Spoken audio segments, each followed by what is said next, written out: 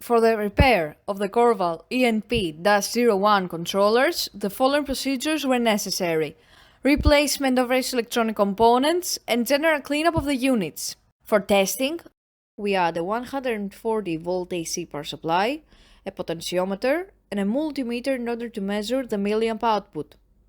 By manipulating the potentiometer, we see that the unit reacts and outputs the full 4 to 20 milliamp according to the set point and the process variable.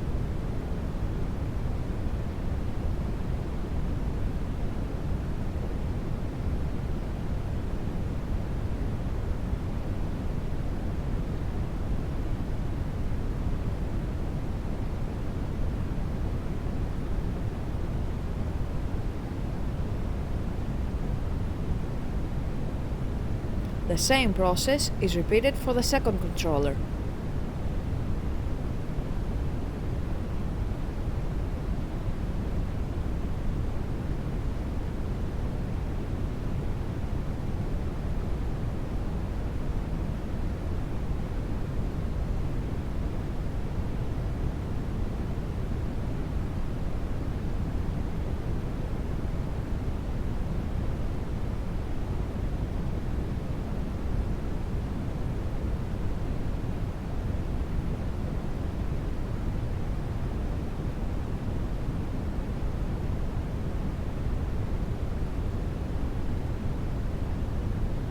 It is now clear that all controllers are working successfully and are ready to be delivered to the customer.